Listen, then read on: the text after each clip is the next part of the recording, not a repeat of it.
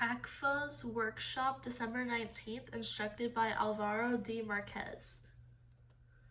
Supplies you'll need for this workshop are tracing paper, crayons, poster board, Elmer's glue, and a 1-inch paintbrush. You can buy any of these from your local craft store such as Michael's or a dollar store, Target, or even Walmart. Some important information that we have for you regarding this workshop and other ACFA events.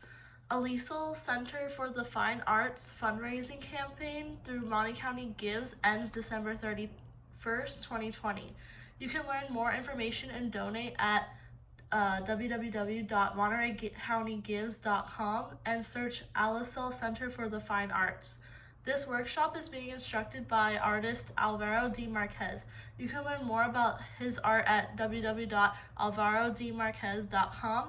This workshop is Saturday, December 19th, 2020 on Facebook Live, so go check out our Facebook. You can also follow us on Instagram at Alisal Arts or like us on Facebook, Alisal Center for the Fine Arts.